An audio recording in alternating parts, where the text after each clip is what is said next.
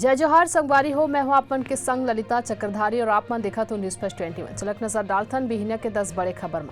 रायपुर दुर्ग में छापा, कारोबारी होरा के घर में घुसी सीडी। अफसर पदनापुर में करोड़ों के शेयर हेराफेरी मामला के सीबीआई करी जांच। प्रधानमंत्री मोदी गुजरात दौरा में 4,400 करोड़ के डेवलपमेंट प्रोजेक्ट के लोकार्पण और शिलान्यास करी। ज्ञानवापी में कथित शिवलिंग के कार्बन डेटिंग के याचिका पर इलाहाबाद हाईकोर्ट आज करी सुनवाई।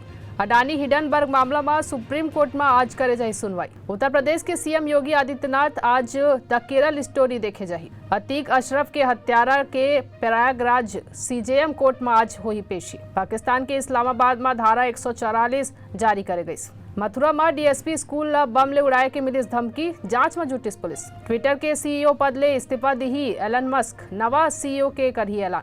आईपीएल में मुंबई इंडियंस गुजरात टाइटंस के बीच आज खेले जाही मुकाबला। ऐसे नहीं तमाम बड़े जानकारी ले लगातार अपडेट रहे बर देखा तो न्यूज फर्स्ट 21 आप मन के हक के बात।